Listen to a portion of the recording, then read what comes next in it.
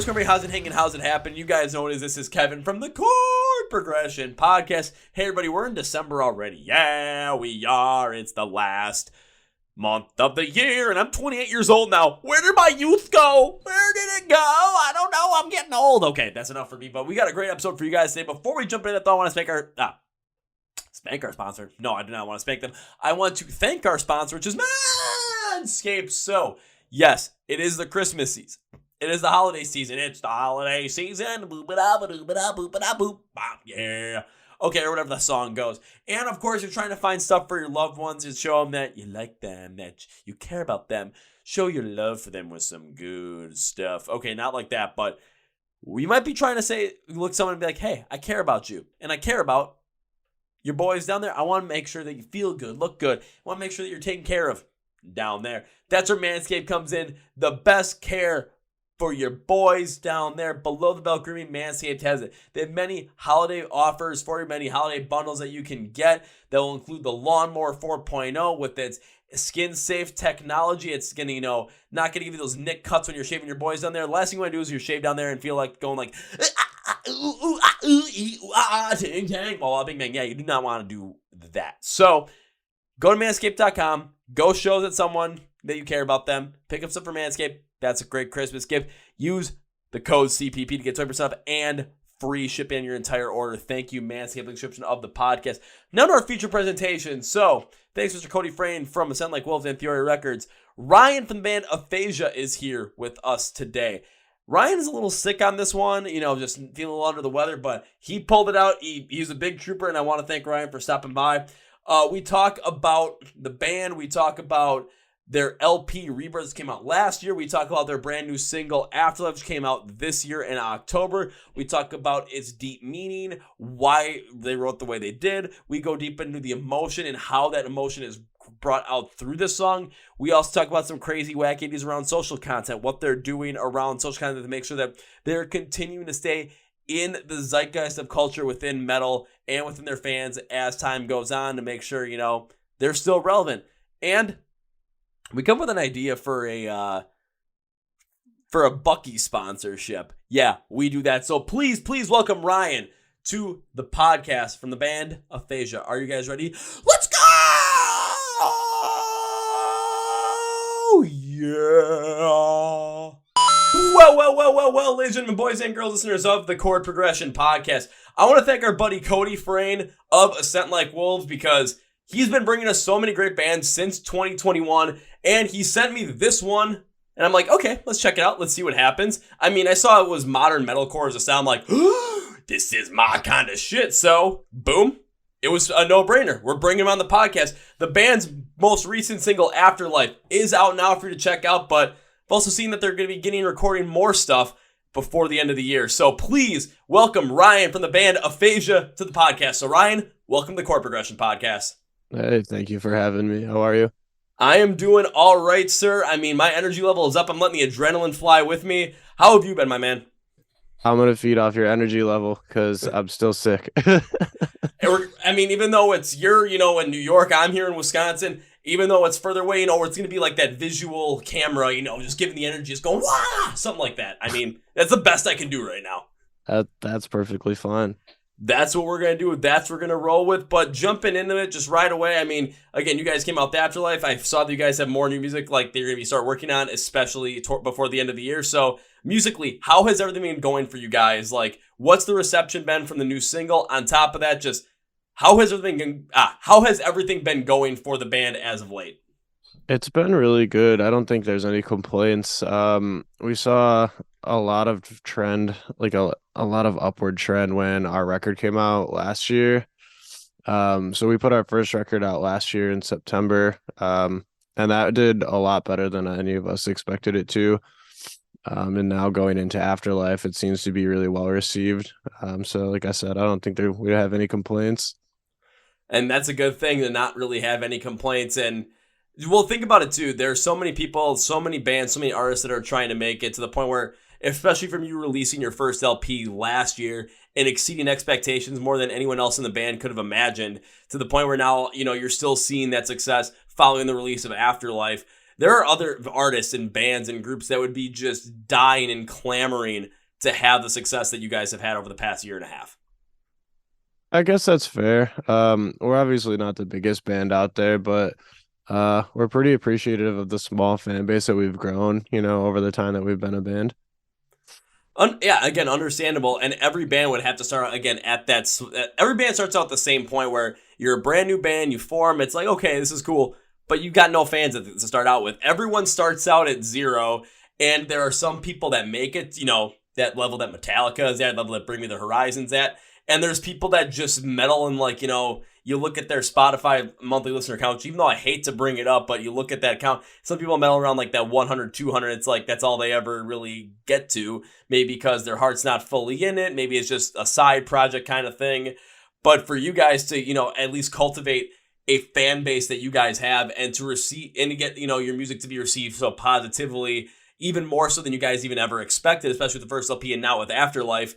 I mean, you're doing so much better than probably, 95% of the bands out there. But of course, it's like everyone always looks at, the bands that are in that like top 1 or 2% that's always going to be the focus. Yeah, for sure. It's hard to measure success, especially in a genre like this that's very overpopulated. There's a lot of saturation. Oh, yeah, there is. I mean, in music anywhere, though, in any genre, there's going to be a lot of saturation. And that's just because of the way the internet is. That's the way that music is able to get out there. You're able to put your stuff, anything on Apple Music, on Spotify, on SoundCloud.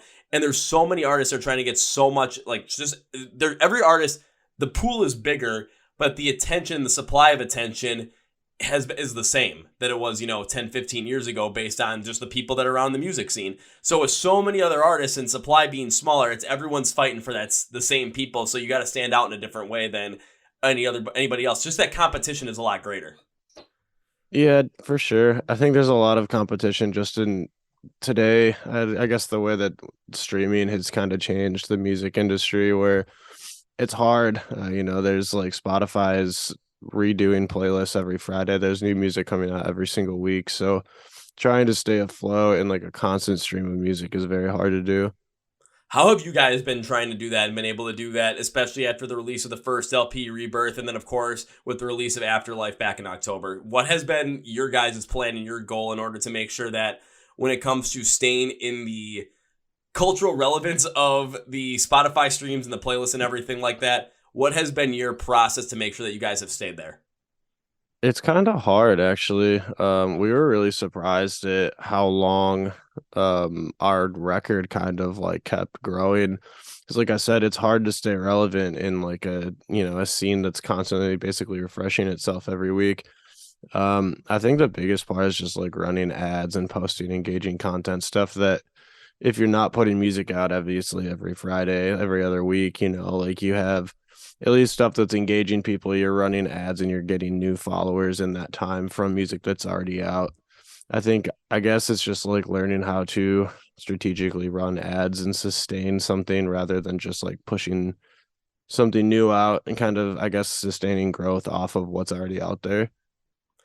And necessarily, sustaining growth at the same time as well by continuing to give the fan base and giving everybody else more to latch onto than that's just the music. And that's just something I've talked to a lot of people about this, and that's just the way the music industry has gone, especially after the pandemic, given the prominence on social media. It's like, as a band or as an artist, the focus isn't just on the music anymore. You can't just release a song or release a record, go on tour, and then, expect success to come off of there.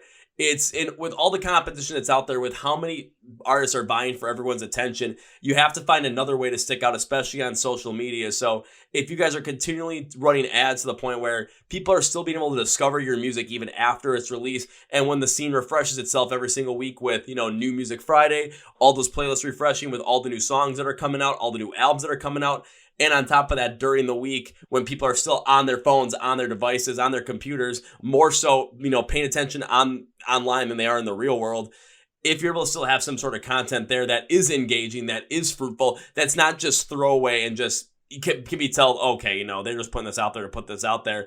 No, if it's engaging, if it's something that's going to draw the attention in there, that's going to keep people's mindsets onto Aphasia. It's going to keep their mindsets onto you. It's going to continue to make you more relevant as time goes on. And the best bands right now are the ones that are doing that. And I'm thinking, like, especially in the scene right now, think about Ice Nine Kills with all the stuff that they put out. They put out a new merch line still every single month regarding some sort of other horror movie idea that they come up with. Bad Omens is always putting out stuff. Silent Planet, Avoid is always putting out the most ridiculous stuff I've seen on the internet. I'm just like, okay, now this is funny. But it's something that's bringing more attention in there. So if you guys are able to continue to do that, then that's going to be something that's going to, like you said, with Rebirth, just constantly climbing the charts every single week as you guys were, and just kept getting more of those streams by continuing to post engaging content and continue to remind people through ads that, hey, this music exists, go check it out. You're continually having a chance to get that attention more so than if you just put it out and did nothing else after that. Yeah, for sure. I agree. It's a lot about like building a sense of community, finding your niche, and I guess seeing like what works for your band, really. So when it comes to like, especially content, what has worked for you? What has specifically worked for you guys? I'm always interested to hear kind of everybody's take on that and everyone's mindset around that, because it's always going to be different based off of the personality of the band and of each person within that band. I don't know if we can really pinpoint it, to be honest. We do a lot of personable stuff where it's just kind of like us like interacting, like questions like from, listeners, and kind of engaging with people that way. I know I personally do I started doing a reel series on Instagram and TikTok. And that's just kind of like playing through sections of my favorite songs, like my favorite sections, I guess, of songs of ours. And instead of just like throwing out a cover and being like, hey, here's like this song, you should listen to it. It's got like, I include like a pretty decent size, like, breakdown of something fun about the song, like what it's about, lyrical content, how the song came together, just like some kind of fun fact that I guess kind of puts you onto like the inside of like where the songs came from or how they got from like here to there and ended up what they are, stuff like that. I think it's cool to do stuff like that because it's like more personable, more, you know what I mean? It's you know more and you feel like you're more of a part of the band, because if you were just doing the exact same thing, but say you were just posting covers, so say if you were playing something like, okay, you're going to play your favorite part of Shadow Moses by Bring Me the Rise, and you're going to play your favorite part of Wasted Age by We Came as Romans. Yeah, that's cool and all, and that's going to still bring attention to you guys, but it's going to be something where when people think about that song and they think of and they hear the cover, they're not going to necessarily be thinking about you. They're going to be thinking about the original. They're going to be thinking about the band that originally made it. With the content that you're creating with those TikTok, with those Instagram reels, when it comes to you going through your songs, showing, the playthroughs of those songs, and then giving more insight, giving more background into it, it allows people to consume the song in a whole different way. It allows people to think about it in a whole different way. And it is much more engaging, where you're not going to get maybe as much attention off it right away because, the songs aren't going to be as well known as some of those other bigger ones by some of the biggest bands if you'd be doing covers. However, it's not going to be, the content's going to be more, I would say, wholesome and more genuine and not necessarily hollow and for the likes. Yeah, it allows people to connect more, I think. Oh, yeah, and especially if you guys are talking about stuff that's going to be much more personal, that's going to go deeper into, not only your mindset, but allow people to go deeper into their mindset, into their thoughts, into their feelings and their emotions. That's going to be content they're going to want to engage with, because not only is that bringing them more into your world, but it's allowing them to bring themselves more into their own world anyway. Yeah, I agree. So I'm even trying to think like what other kind of content has done that in the past, and just to kind of give an example of, content that's done that in the past and has really worked well. I'm trying to think one off the top of my head, but now I'm blanking. Just a big old brain fart moment right there. Just of course, I come up with something like, I think it's going to be potentially profound and awesome, and then all of a sudden my brain just starts to buffer, and it's like, That's like what my brain does all the time. Dude, whenever that happens to me, usually I have like this certain face that I make when it's, I just have this brain buffering moment. Like I'm trying to think of something, but my brain just freezes and I just look like. Yeah, that's me pretty much all the time. Hopefully it doesn't happen when you guys are writing music. It's just like, okay, I got this cool part. Fuck, I lost it. I get lost writing all the time, and then I have like something cool, and then I get lost in like some really dumb idea, and then I end up like ruining everything. Do you ever get lost and are able to come back to the idea and reconstruct it and make it into something potentially even better? I'm gonna say no, just for Well, I guess I have one instance of that, but no, usually because first I have like this weird sixth sense thing where I start writing and I think I'm like really different from a lot of people in this, but like I don't like write a bunch of random riffs and just like throw them around my computer and come back to them when I have more ideas for them. I like sit down and try to write a song. So I'll start to write, like I'll just kind of like screw around and like play some riffs and stuff and try to get something at least that I like. And basically by the time I get like 40 seconds into like 40 seconds of audio, if I'm not like in love with it, I just delete it. I don't even save it or anything. So most times I just don't have the chance to come back and be like, yeah, I should fix this. Like, because most stuff like either gets used immediately or it disappears forever. But there is one song. It's actually kind of funny that it is this song.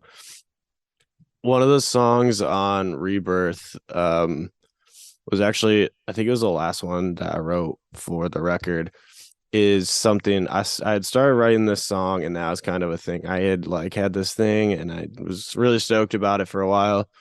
And then I got stumped and then I was like, I don't even like this. So I scrapped it and I went back like way later during the writing process. Like I said, this was like the last song.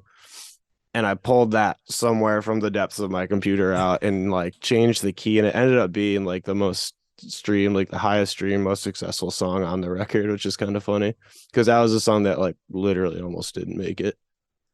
That's a couple of things around that. One, I really don't know anyone else that writes that sort of way where it's, the full song idea, but if you're not feeling it after 40 seconds, then just like completely just, okay, I'm trashing this, and that's it. I mean, there's a lot of times people will save stuff and come back to it. I think it was even from an interview that David Lee Roth did with Joe Rogan, like how he talked about how Eddie Van Halen came up with 6 different solos for songs. And then it was like, okay, he took parts of them that he wanted in each section, and then he somehow constructed the solo or like a Frankenstein style solo off of that. Where it seems like for you, it'd be like, okay, if you're not feeling it right away, you're gonna just, I'm gonna put it here, I'm gonna throw it away, and I'm gonna try something new. It's all about the different creative process for different people. It's everyone's mind's gonna work differently. Everyone's gonna flow with it differently, and everyone's gonna just go about it their own way because everyone's creative brain works differently. That's just the way life is. So for you to work in that kind of style, if that works out for you, absolutely go for it. And I've also heard plenty of other stories too where bands, they scrap ideas and they come back to them sometimes. Or it's like, okay, we're going to come back to this. It's like the last song on the record might be not the one they're most excited about. But all of a sudden they release it and the fans just go like ape crazy, goo goo gaga over. And it's like, this is the best song in the world. It's like a process that I just started doing with that record. Every song that every song that we actually wrote for that record got used because we didn't just like do half songs and scrap them or like write ideas on and scrap them. Like every full song that we wrote for the record got used. That is something that's even more rare too, because there's plenty of times I hear bands like, oh yeah, we wrote like 20 songs or 30 songs for this record, only like 5 or like 10 or 11 of them got used. And then you're always wondering what happened to the other ones. Like, where did the other ones go? We kind of want to hear the other ones, especially if the album is damn good. You like the fans are always curious, and then sometimes bands release them. It's like, okay, these are really good. Like this could be another great like B-side or like an extended version. Then you hear some of them, and you're just like, yeah, now I know why they got scrapped and put on the back burner. Yeah, writing like really stresses me out. It takes a lot out of me, so I don't I have a really hard time writing a lot of times. So I try to make like the most of it and just like sit down and write a record, not like write 80 songs and pick the best ones. It's just what works for me. If I sat and just wrote like 100 songs, I would probably mentally implode. Is there a reason why it stresses you out, especially being a songwriter yourself and that being such an important process of being a musician? I'm just really curious to see how your mind's working on this. I don't know. I hold myself to like a relatively high standard. So, like I said, like if there's like songs that like I start writing and I'm just like not really into, just like not feeling, if I'm not feeling it now, I'm probably not going to feel it later. So I just throw it. Okay, that makes sense because even from another aspect too, I've mentioned this to other bands. Well, I'll hear them talk about this, but this is kind of one thing I've understood where when it comes to songs, if you guys are writing them as an artist and you're not feeling them, But then say you're not feeling them, but okay, we're pressured to put them on the record, or it's like say you have a record deal, you have to have the record done by this time, and it's just the song is pretty much complete, so you just roll with it, but you're not as excited about it, then you're not going to not want to push that song at all. That energy is going to come across when people hear it, and the fans aren't really going to follow along with it because the energy from you guys just isn't there. So it makes a lot of sense to the point where, from your aspect, from your mindset, you want to be excited about these songs. You want to have your, personal energy thriving. You want to have that adrenaline rush inside you while you're working on these songs, while you're creating these songs, so that by the time the process is over, you're still that energized about them. You're energized to work with those songs upon release to get more people to listen to them. And then in a live setting, you're bringing the energy playing that song. And then we're in the crowd, or I'm in the crowd at least, pushing people around and throwing shows at people because mosh pit, woo! Yeah, I think there's a couple of records that we just kind of like thrown random songs on, and like there's like easily songs I can look back on certain records that we put out and just been like, yeah, I don't really like that at all. But with the new album that we put out, and I guess moving forward since then, like I don't feel like that about any of those songs on that album. I genuinely love our album Rebirth more than I love myself. Very proud of it. It's good to have that pride, and you're seeing that energy and that pride come through. And I know you're sick right now, but you can, like, when you're talking about Rebirth and you're talking about those songs, and I'm like, there's just like, I can see the smile on your face too, so I can tell the energy is there. I can tell the passion is there. And even on the earlier releases as well, with songs that you look back on, you're like, yeah, I'm just not feeling those, or I just don't care for those. That's just, kind of part of the growing process as well. And that's part of just the growing pains of any band to go through, where there's some songs you might be really excited about, but you're going to end up losing some luster on them. And I'll use Bad Omens as an example, to the point where, right after they released The Death of Peace of Mind, they were going on all those, they were touring a bunch with, they had the tour with Under Oath after Every Time I Die broke up. They toured with In This Moment, then they toured with A Day to Remember. And it was like, you looked at the lineup for those, or the set list for those. Everything was off of Death of Peace of Mind, except for the last two songs were always Limit and Dethrone. They played nothing off of their original record because it's just like, well, they don't really associate it with it that much. I know on the headlining tour that they're doing, they're playing some songs off it, which is cool because, like, I like some of those songs. But if you're not going to be as energized about some of those songs, it's, that's just part of the growing pain of being in a band. It's a part of growing up. Yeah, that's how we are now. Ever since our album came out last year, we pretty much only played those songs live. I think we played like one or two really, really old ones and, kind of thrown in the mix. But yeah, it's mostly just like new tracks. Again, understandable. You want to put on the best show possible. And if you guys are totally into Rebirth, you're totally into that. And now with Afterlife being released as well, if you throw that one in the mix and you guys are as energized about that, the fans are going to want to, like, they might want to see some of those or hear some of those older songs. But the fact of the matter is, even like, I'll use the Bad Omens example, even though the three times I've seen them this year, but this is before I get to go see them in the Concrete Jungle tour, I have not heard anything from the original album. I've heard only from the second album. I've only heard Limits and Dethrone. That was it. But I'm not thinking about those shows remembering the lack of songs from the original record. I remember just the fun times and just the energy that the crowd had, that the band had, and just the positivity that radiated through there at that time. So with you guys only playing songs really off of Rebirth, then maybe Afterlife now as well, if you guys are bringing the energy, if you guys are bringing the enthusiasm, the adrenaline is top notch when you guys are playing, that's what fans are going to remember most. That's what they're going to remember. That's what they're going to keep their attention on. And when they go home and think about the next day or post on social media, they're going to remember the energy, the passion, just that adrenaline rush they got when seeing you guys play and listening to you guys play, instead of, oh, I wish they played this. Yeah, for sure. As now I look like a slumpy old squibber, like, sure. I'm trying not to laugh. You're like coughing. I'm sorry, man. I can't help it. I'm just being like my normal wacky ass self. So. Oh no, yeah. You're good. So now it's like, because you're talking about live shows, playing that we were just talking about for a little bit. What's a live show for Aphasia like? Because I want to know, because, listening to the songs, listening to, especially Afterlife, I'm listening to this and I'm wanting to go smashy, smashy, moshy, moshy. So what's it like at an Aphasia live show? Come on, man. Get me hyped up. Is energetic for sure. We open with a really, really energetic song that pretty much doesn't stop energy throughout. So Sorry. Um, we open with a heavy song and then immediately follow it up with like an even heavier song. So it's like really heavy, really high energy, like out of the gate.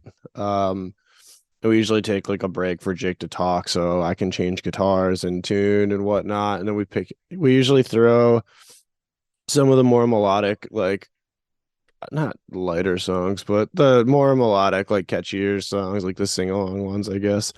Throw some of those in, and then typically we end with the song Recover. It's the one that ends the album, and that has always felt like the perfect ending. So that's the end of the set. It's the end of the album. It just trails out really well. So yeah, I guess just a lot of it's a lot of energy. A lot of energy, a lot of passion, and especially coming from like me. I love concerts. I love going to those shows, and I always draw like if the band's bringing a lot of energy, if the band's excited, if the band is having a good time up there, then of course we're gonna feel that in the crowd as well. And especially being a music lover yourself, going to probably over hundreds and 200s and 300s of concerts in the past, like you can understand that as well. And with you guys starting out, we're going to go high energy. We're going to go heavy to start out with, and then we're going to go even heavier for the second one. Yeah, people are going to be feeling that. They're going to go nuts. You also, if you can always keep that energy level up, but even if you go to some of the melodic stuff and dip it down more and more, melodic, sing-along kind of feel, yeah, that can be worth it as well. But it all has to flow within the energy of the show, and it seems like you guys really understand that. So then you end with Recover, so it's like everyone's like, okay, we get a little bit of that. We can still go smashy, smashy, but we get a little bit more of that. Don't get confused. During the lighter songs, there's still breakdowns. It's still heavy. Yeah. So I mean, there's some of us in the pit. Well, there's some people in the pit too that might be, over the age of 30 that might just be like, okay, we need a break. Okay. So then they get the breaks. They're in some more of the melodic stuff. They can take the 2-minute break before the breakdown, and there's still me in the pit going, "Who's hitting me? Come on!" What I can't help it. I see a mosh pit. I'm like a little kid on Christmas. It's just like, if it starts dying, I'm like, I must bring the energy back. You love the high energy shows. No, oh god, absolutely. I mean, the last show I saw before we recorded this was the Slaughter to Prevail show, where it was just them for an hour, and that's crazy. Yeah, it was just mayhem the whole entire way through, and I'm just like, oh, this is fun. Yeah, that's probably insane. I haven't followed them in quite a while. But that band is nuts. It's just, nuts, high energy, nonstop, and Alex Terrible sounds like the closest thing we're ever gonna hear to an actual demon is gonna be his vocals. So yeah, he's crazy. I was kind of hoping he was gonna jump in the pit with us, though. I'm like, now that would have been something to say. I'm moshed with Alex Terrible, or I got hit in the face by him. How cool is that? Or if I said if I got a chance to he started mosh, he started throwing shoulders at people, and I got a chance, I knocked him over. I'm like, I knocked over a dude who wrestles bears for fun. He might kill me though. It's like I'm out. Yeah, I forgot he did that video like wrestling a bear. Yeah, and then it's like, oh, did he really wrestle a bear? Then they did a whole behind the scenes video of him actually wrestling the bear. It's like, oh shit, okay. So that you guys might need to get like a whole entire like a video back screen of you guys it'd be kind of funny if you guys did like a back screen of that and just like had fun with it and had like you wrestling had you wrestling Jake in a bear suit. Yeah, I'll just wrestle my dog. He's like just tiny guy. It's pretty funny. But of course, with it being a tiny dog at the end of the video, like especially if you guys have a video screen behind you, like at the end of the song, the video, you just have to be like laying on the ground dead and have your dog like kind of like stand on top. You just looking like, what I do? Who's next? Yeah, for sure. I mean, people that's kind of what bring the energy. I feel like people get a good kick out of that. That's just kind of the energy I'm feeling right now from that one. Just it'd be kind of fun, or add that to a music video as well if you guys are just gonna go with something absolutely ridiculous for a concept. Yeah, actually, my dog, when he was a puppy, he's in one of our guitar playthrough videos. I feel like if you just randomly like came into some more of those playthrough videos and you guys like made like some like the TikTok short Instagram reel comment off of it, yeah, you just see the dog come through. Just what if? Because if your dog is small enough, what if you did the guitar playthrough and you just kind of like put the dog in your like sweatshirt, you zipped it up so it looks like that's what we did. He's Oh, in nice. yeah, when he was like a couple weeks old when I got him, and he's in one of the old guitar videos. He's in there twice. He's in the sweatshirt who's got like the hood on in one of the parts, and then he shows up, he's like sitting on a chair. We put this gigantic sombrero over top of him. Say as we get closer to Christmas, you might want to do another one of that, but put like a little Santa hat on him. Yeah, he's much larger and more obnoxious now, so I don't know if he'll cooperate anymore.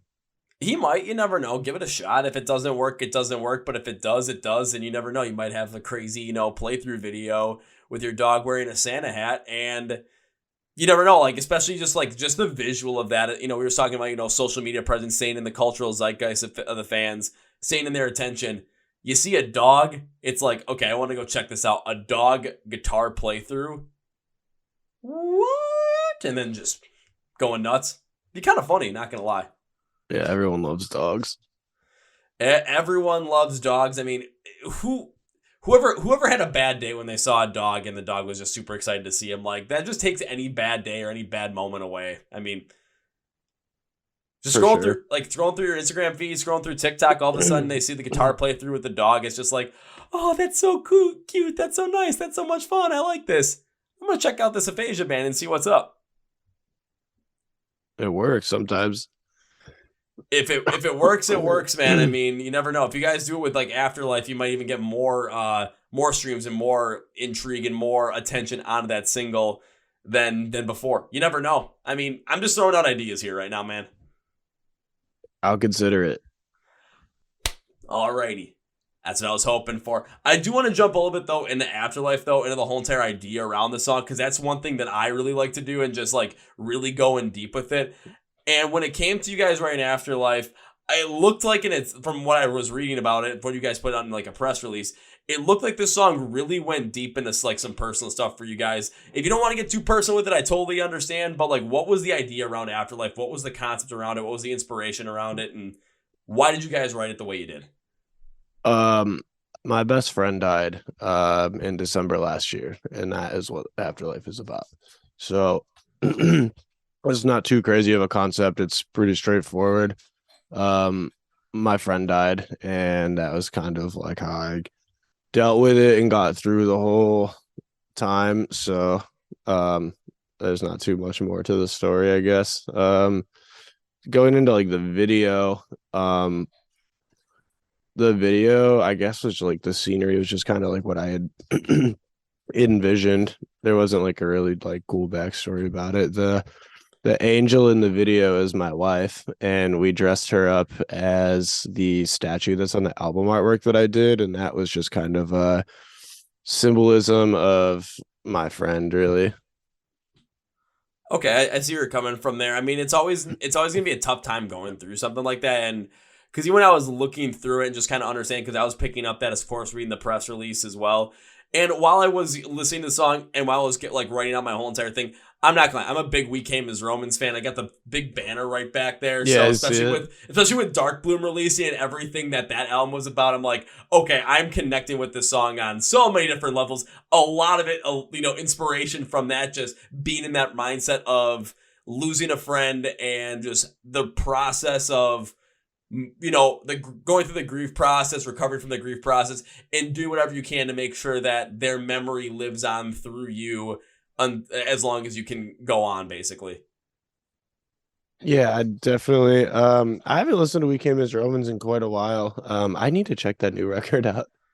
I'll say definitely check it out, because like kind of like the first half of the album, like the first 4 songs they released as singles, and it's kind of like, that means one goes really hard, which I really like. The titular song I'm a big fan of, but then once you get to the 5th song, it's called Golden. Like they start to get really really specific with what they went through, and then like songs 5 all the way to the back, last song through song number 10, Promise You, like they really dive deep in the whole entire mindset around it and like what they went through. So if like you check it out, because you might see some parallels between what they went through losing Kyle and what you did with the loss of your best friend. Yeah, I definitely would love to check it out. It sounds like it's up my alley. But I feel like it definitely would be. yeah, I'll listen to Bring another person back on the We Came as Romans train. Woohoo! it. We have to send that one to Sharp Tone and be like, hey guys, can I get We Came as Romans on the podcast now? We got more people on this. Hey, give it a shot. You never know what'll happen. Never know what'll happen. But I think another thing too, especially if, if it comes to Afterlife, when it comes to, the content that you were talking about as well, with the playthroughs, with going a little bit deeper into the song, if you do that a lot for Afterlife and you start to go a little bit deeper, I mean, not super specific, but like just open up about like kind of what the inspiration was, like you just did. I feel like a lot of people are going to want to listen to it more and connect with it more because people have gone through those, it's like something similar, not the exact same thing, but have gone through similar instances, and they'll be able to take a look at the song and listen to it and put themselves in that situation, potentially learn more about themselves, feel more, and go through those emotions again and discover certain things that have made them, maybe stronger through that process of grief that may have, they may have not noticed, or just bring back those positive memories of their friends, of their families, of their lost ones that, maybe they had never really thought about. And this song, and just kind of like being able to dive deeper into that meaning and really feel that, inspires them to just kind of bring back the memory of their friends, of their family members, of their lost ones, just like back into the foray, and really take that positivity and bring it back into the world once again. Yeah, we've always been very open about our lyrical content. It's kind of like our message as a band. Most of our stuff is about situational, issues and grief and stuff like that. Like I said, we've always been pretty open about that. And it's good to be open about that if it's going to be healthy for you guys as well, just because, one, it's going to allow people to get more into the band. Two, it's going to allow people to connect more with it, because when it comes to songs, it's, when it comes to the message, of course, we're going to understand the message, but we're going to want to take our lives and put them into that song as well, so we can relate to the message more. And then that's where those songs get a lot more that like deeper emotional connection within ourselves. So by you guys doing that, it allows people to have a much more open time, and just a lot easier and a lot more accessible for them to, potentially get into Aphasia, and on top of that, feel those emotions once again. Yeah, for sure. It does a lot. And even like when you like listening to the song too, because I've got a whole entire like 3-page Microsoft Word document with notes on the whole entire song, like opening with that piano riff really creates that connection between this, a more emotional like tie into the song, without really going off the deep end like I've seen some songs and heard some songs do in the past. It's just the way that you guys created that piano riff, because when you're talking about what you guys were talking about in such a prominent capacity, like you guys have done this song, having that opening with that piano riff really plays into the idea of this emotion. I mean, I thought it was a smart move, and again, it didn't go off the deep end with it. Like, it opened it up to such a great capacity so that when we're listening to the song, we hear that, we know where the connotations from that piano riff is coming from, and it just allows us to open up to the song emotionally once we start listening to it as a listener from ourselves. I appreciate that. It's actually really funny that you say that, because we had no intention of the song starting with piano. The piano is actually the guitar, the tapping lead that I play throughout the chorus. That's what the intro is, and we just put it into piano to see if it would sound cool, and it just kind of stayed there. I actually never meant for it. The original version of that song did not have that there. I don't remember if it started just with like the lead-in of Jake's voice there, or if it was just, it might have been like a weird swell or something, but yeah, it was never actually there. That's actually kind of like creepy and wacky and funky though, because just the way that, like, not only just, the fact that it wasn't there, but then when it was created, like how you created that riff, it was something that you guys already had in the song. You're just like, oh, we're going to do this with the piano and see how it sticks. But again, it's by using that. I mean, I've seen bands go off the deep end with that, where it just really goes way, way, way too far. It opens up too many things emotionally, and it's just, once you start to get into the actual song, it's like everyone's still focused in on that piano riff. No, what you guys did with it here, especially with it being that, very similar to that guitar riff that you had done later in the song, once we listen to that later, once we get to that part of the song, we're still feeling that emotion. Like, that emotion connectivity is subconsciously in our brain, because we've heard that same melody come through. We've heard that same riff come through, but now you're playing it on guitar. It's a different feeling that comes through with us. However, it also just, keeps that connection going. It keeps the song flowing. It keeps the song fresh, and it doesn't let it get to a stop point where it's like, okay, now we're kind of slowing down. We're getting to a stop point. Now we got to restart once again. No, it just keeps it flowing, but it opens up that emotional capacity for us so well, where I mean, I had to say something about it. I couldn't help myself. Well, appreciate that. Like I said, thank you. Oh, you are very welcome. And of course, right after I'm like wondering, okay, how's this song gonna, turn out a little bit more so? And then right when you got into that first verse, it was like a heavier melodic metalcore style. Drums and guitars really work that deeper tone. But I really like the construction with going more of a melodic tone and melodic flow right after that piano riff, just because it allows that piano riff to continue to build and allows that emotion to continue to build, especially with that more melodic flow. But it also is that nice transition to the point where it's like, okay, you guys want to go heavier, you guys want to go faster, whatever you guys need to do here, you're absolutely able to do that. You're allowing the flow of emotion to really continue to fly through here. And it's not like you're going from like one spot and you're quickly jumping to the other. It's you're able to make that transition, but you're able to do it so like congruently within itself with that first verse after that piano riff. Like it just works. Like you're not missing out on any emotion here. Thank you. Yeah, I was hard to write that one. I got stumped a few times trying. There's a lot in that song, instrumentally. Like there's a lot in there. Actually, we I struggled really bad trying to like, I don't know, put it together where it was like not too much but enough. And actually another funny part of that, writing that, the the section before the last breakdown when it switches into a 3/4 count, that actually was never there either until like right before we sent it out to get mixed. That was just like a very last minute, we thought I was missing something and I put it in there and it worked. That was a piece that I actually really liked as well because, like, especially like coming off the chorus as well, like it had this continuation of the emotional toll and grief, but it also kind of changed it up just a little bit. So the point where it's, we're still feeling that emotion a very similar way, but we're feeling a different feeling right before we get into that breakdown that's heavier, has that kind of chunkier feel to it. And it just really takes the whole entire song to a perfect spot as we exit it because the guitar tone just continue to match throughout. So we're still feeling that emotion. It gets heavier. You guys are constantly going through different feelings of this emotion, but you guys aren't staying within the exact same flow of it. You're not continuing to have it be like it's the same kind of emotion over and over again, and it grows and it shrinks. It's like, okay, and the first verse has more of that melodic tone to it. You get to the second verse and you just say, fuck the melodic stuff, and you bring in this much faster pace to it. Now we're feeling something completely different. That emotion is still there, but now we're going to a different piece of that whole entire grief process. Get to the chorus, and it's more consistent with more of that melodic flow. Already, now we're really starting to feel it. You're going from all these different places, but the fact of the matter is, because of how these tones and how these sounds are really connecting with the emotion of the song, nothing seems out of place. Everything goes from one spot to the next in sometimes a chaotic way, but it feels like it's the right way to go about it. Thank you. Yeah, the song changes pace a lot. And it brings the energy too. It's kind of like because it kind of reminded me part of like, like emotionally, like, I'm kind of feeling like, especially the most recent Devil Wears Prada record, I'm feeling a lot of that coming through on this song, but the chaos of it with all those different changes of pace, all those different changes of like, are we going heavy? Are we going more melodic? Are we just going faster? What's going to be going on here?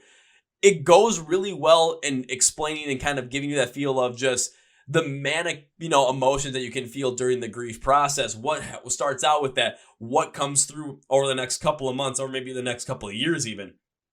It's just there's so much there that I think people can really relate to in this song and really understand the feeling of based off of how you guys constructed this, how these different patterns change, how these different paces change, how you go from melodic to fast pace, all of a sudden you go even more melodic. Then you get to the breakdown, which is just bringing more of that heaviness to the forefront. There's so much going on here, but it allows us to really feel all the emotions around there. So you really did a fantastic job capturing that. Thank you. Appreciate it. So that was definitely one thing I wanted to bring up on this, because if people hadn't heard about this song, or if like, oh, we want to go check it out, let me put it this way. You're going to want to go check it out. You're going to want to actually, take this whole entire thing in, enjoy the ride, like really feel the emotion. But then when you see Aphasia live, trust us, or trust me on this one. We're going to go smashy, smashy, mashi, mashi to this one. And if you see me in the pit, we're definitely going smashy, smashy, mashi, mashi. Well, hopefully we'll get out your way next year. Hoping we're going to get out more Midwest. So maybe you can. Maybe if I see you guys having a chance and I get a chance to make it out there, you better believe I'm going to make it out there. If you see the crazy guy in a Milwaukee Brewers hat in the middle of the pit, it's like, who the hell is this guy? He's not leaving the pit. It's Kevin. Yep, it's going to be me. I'd be like, hi, Ryan. How's it going? I'm looking forward to it. We were supposed to play Chicago in August. We were supposed to play Chicago in August. We ended up dropping the last like 2 dates of that tour, so we didn't play there, but we should be there again soon. Hopefully you guys are, because Chicago's one of those cities where it's like I look at the whoever's playing there. I'm like, do I want to go? Do I not want to go? Oh, it's on a Tuesday, so I'm still going. Yeah, we should be out there.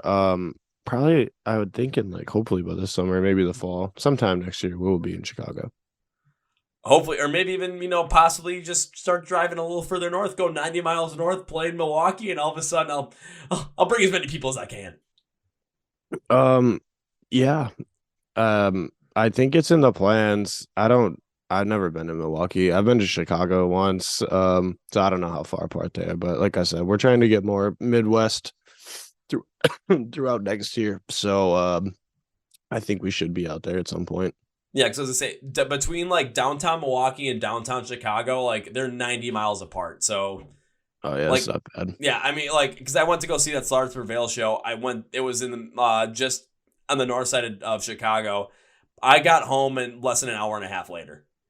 Oh yeah, that's not bad at all. Granted, I probably was, going 15, 16 miles over the speed limit, but, Yeah. that was just a suggestion. I wanted to get home, so I was like, here we go. Hey, it's only illegal if you get caught. Yeah, Speedy. plus adrenaline from shows, it's kind of hard to actually like go the speed limit at that point because you're just amped up, you're feeling the energy, you're still feeling it. It's just like, drive the speed limit. This is going too slow. Ah! I heard that. We've had a lot of really long drives where we felt like that. So you're saying like you're potentially coming out here this way in 2023. What are the plans for you guys going into next year? As we're getting close to the end of 2022 and we're going to be looking closer to 2023 and what's going to be going on there. So what is the plans for the band? What are the plans for Aphasia going forward for the next year? We are done with shows for the year. We've got some cool stuff planned though, so we'll be writing for the next month or so. Working on album 2. We're pretty far into it so far. We've got another thing on top of that we've been working on that will start coming out before album 2, which is exciting. We're tracking. We have studio time next month, actually like a month and maybe a week from now. So we'll be in the studio for like a couple days next month working on stuff. And then we've got a really cool show at home planned for sometime next year. And we've got one tour booked for next year so far. And really, I think we're just going to focus on getting as much writing done between now and spring as we can, because we're trying to tour as much as we can from spring through the rest of the year. All right, understandable. Now I'm gonna ask you this question. I'm not sure what you're able to divulge, so I'm gonna ask this in the most teaser way possible when it comes to that tour that you booked. I'm not gonna ask who you booked it with. I'm not gonna ask for the dates. This is what I'm gonna ask. What regions of the country can we expect to see you in?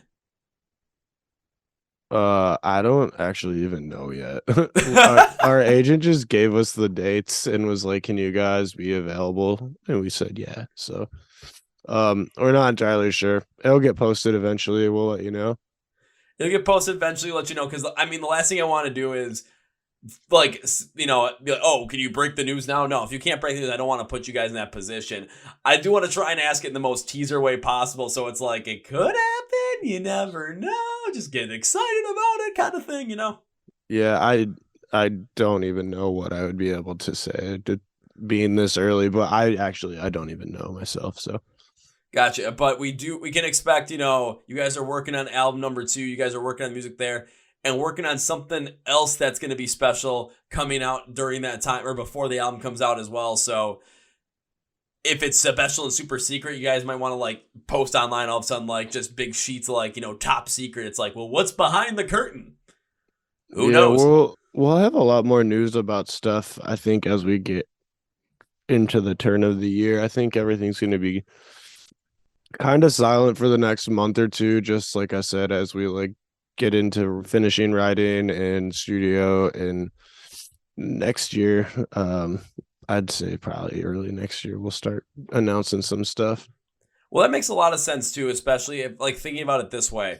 You guys have the studio time booked and you guys have the writing sessions booked. So focus in on the writing, focus in on that aspect of it, especially if you guys don't have any other more shows for 2022.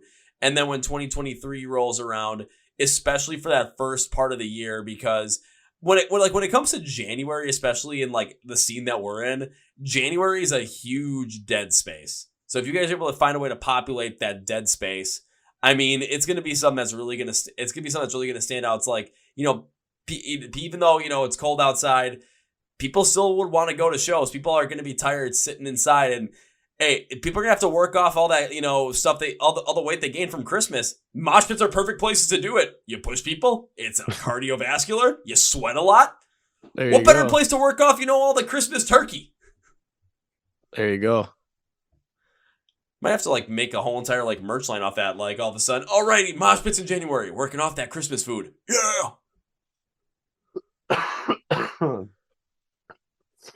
And if you guys, I'll say if you guys take that merch line, I'll say this. Okay. Yeah, I don't think we're doing any new merch for a while either. We just put out a bunch of flags based around Afterlife, which was really sick. But I don't think we're doing any more merch drops for the year. Now that I think about it, we talked about doing something special for winter. We have for the last couple of years. We put out stuff for winter, but we've done so much merch this year that we're not gonna do anymore. I don't think. You just want to take a break and just kind of, again, focus in on 2023, focus in on the next year, especially with the last 2 months of 2022. Focusing on the writing portion of it, focusing on that, really get into the headspace you want to be in that, and being the most creative as possible that you can without any other distractions, and just taking the time and really focusing in and enjoying that process as well. Yeah, for sure. See, now that makes a lot of sense. So for everyone listening, when it comes to Aphasia, yeah, enjoy Afterlife right now. Enjoy it. Stream the hell out of it. Watch the music video. Do everything you can to it. Please do that.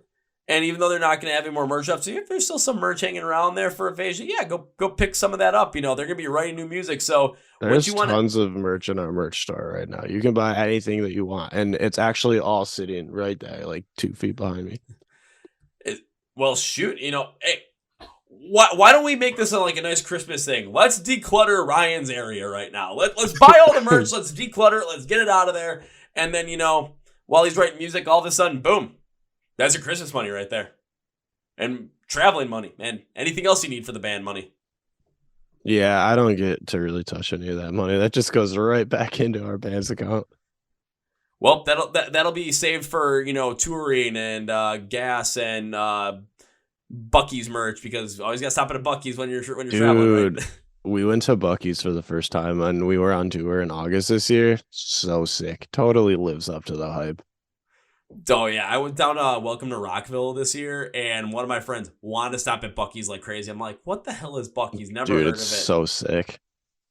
Walked in there and just, this is beautiful. Yeah, it's awesome. I love it there. I really want to go back. I can't wait for next year.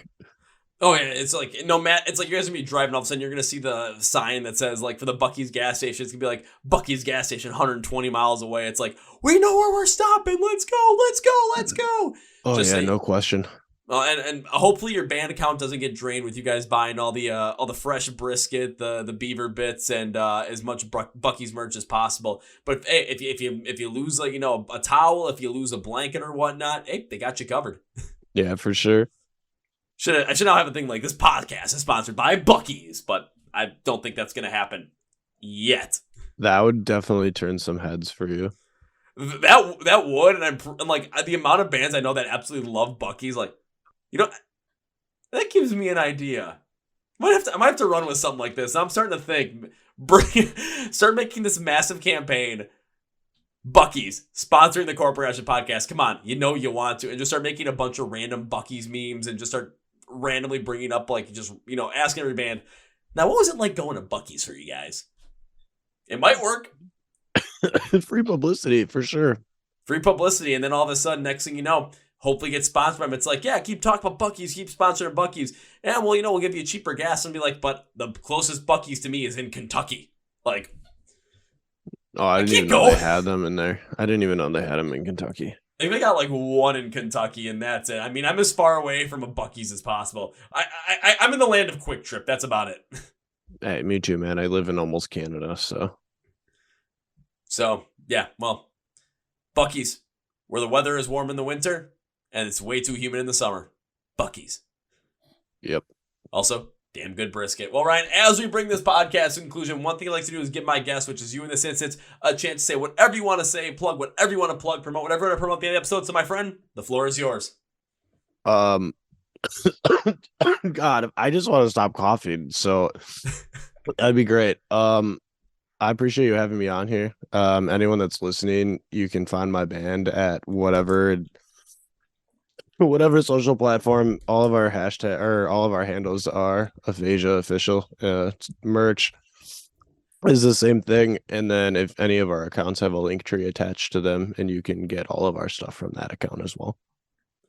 Well done. Well, I'm going to end this podcast with 3 things. So first things first. Yeah, Ryan, just so where you can find Aphasia, where you can find him on the social media accounts, whatever one you want, whatever one you prefer, where you can find him online, watch the YouTube videos, where you can buy some merch, stream all the music, all that good kind of stuff, even for the link trees and whatnot. However, instead of actually having like, oh, do I have to search something myself? Hell no, I'm going to do the work for you. So go to the description of the podcast. It's going to say find Aphasia online. There's going to be links for everything and labels to go along with those links, so you know what link is which. On top of that, just click on it. It'll take you right there. It's a click, a like, a click, a share, a click, subscribe, a click, a stream, a click, buy a t-shirt, click, buy some more stuff, click and just support them in any way possible. I'm doing all the legwork for you guys, okay? I love that. We're going to do as much as possible. All you got to do is go down, click, and do your thing. So now it's time for number 2. So Ryan, whenever I guest in the podcast, I enjoy from the podcast, I tend to make a certain promise. And yeah, everyone's hit on this promise so far.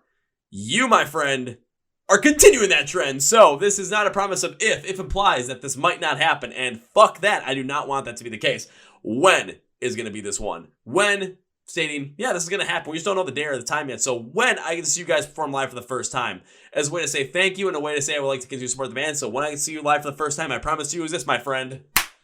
First round's on me. I love that. Yes. Yes.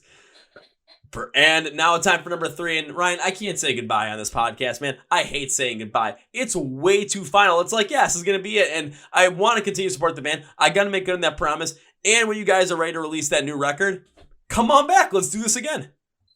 All right. We'll leave it at a see you later then. That works. Absolutely. We'll leave it at that. So Ryan, I'll see you later. Thank you. Well, folks, that's my interview with Ryan from the band Aphasia from Rochester, New York. Once again, if you like modern metalcore, if you like this interview, go make sure you follow along with Aphasia on all their social media platforms. Make sure you go and stream Afterlife and, of course, the Rebirth LP, which is already out from last year. And go pick up some merch and go support them.